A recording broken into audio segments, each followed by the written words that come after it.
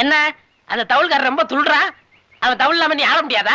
அட நீங்க ஒண்ணு, ஒரு தகர டப்பாவை தட்டினா கூட தான் நான் ஆடுவேன். அந்த தவுள் என்னத்துக்கு?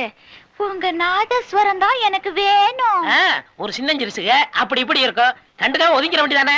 வைக்க பொருளை கொடுத்த நாய் மாதிரி. அவன் சொல்றான் அடிக்கடி வித்துவான் வித்துவான்னு. அப்படி என்னத்த வித்தானோ தத்துவான். நம்ம சத்தார் பாய் பொரோட்டா கடையில கொடுத்தா இவ்வளவு மாவு வச்சுக்கிட்டு இப்படி அடிக்கிறா இப்படி அடிக்கிறா இப்படி அடிக்கிறா. அதனால அவன் வித்தோட ஆயிட முடியுமா? அவன் அப்படித்தாங்க கத்துவான். சரியான மாவு பைய. மாவு பைய இல்லங்க, மாங்காய் மடையன்.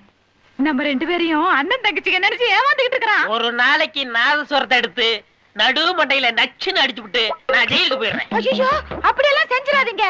உங்க முகத்துல ஆசிட்ட ஊத்திடுவான். சரியான வெறிபிடிச்ச பையன். ஆமா, செஞ்சாலும் செய்வான்.